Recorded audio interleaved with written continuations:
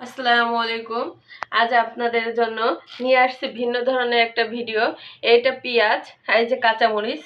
আজ আমি বাজারে গিয়েছিলাম রমজানের বাজার উপলক্ষে বাজার করার জন্য। বাজারে সব কিছুর এত কম দাম।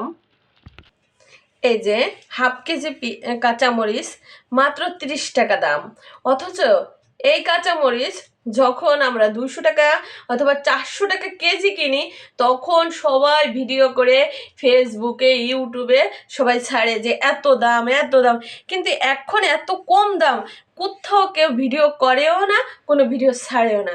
আমি তো খুবই আশ্চর্য, বাজারে যে রমজান আর 2 দিন আছে, তাই মরিচের এত কম দাম এবং পেঁয়াজ তো একদম পানির দাম।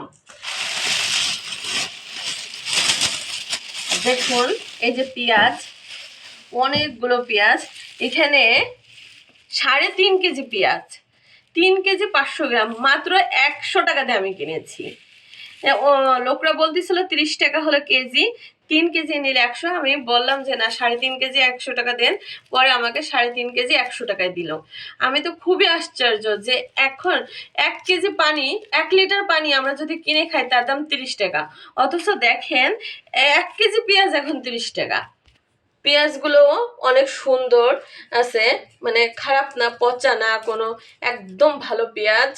এত কম দাম, খুবই আশ্চর্যজনক যে 1 লিটার পানির দামে আমরা 1 কেজির বেশি পেঁয়াজ পেয়ে যাচ্ছি। অথচ এখন কোনো ভিডিও হবে না, ইউটিউবে কেউ হবে না, সংবাদে দেখাবে না যে অনেক কম দাম চলতেছে। যখনই দাম বেড়ে যাবে তখনই সমস্যার সৃষ্টি হবে। এখন আমরা বেশি বেশি করে পেঁয়াজ কিনবো, বেশি বেশি করে পেঁয়াজ তরকারিতে রান্না করে খাবো।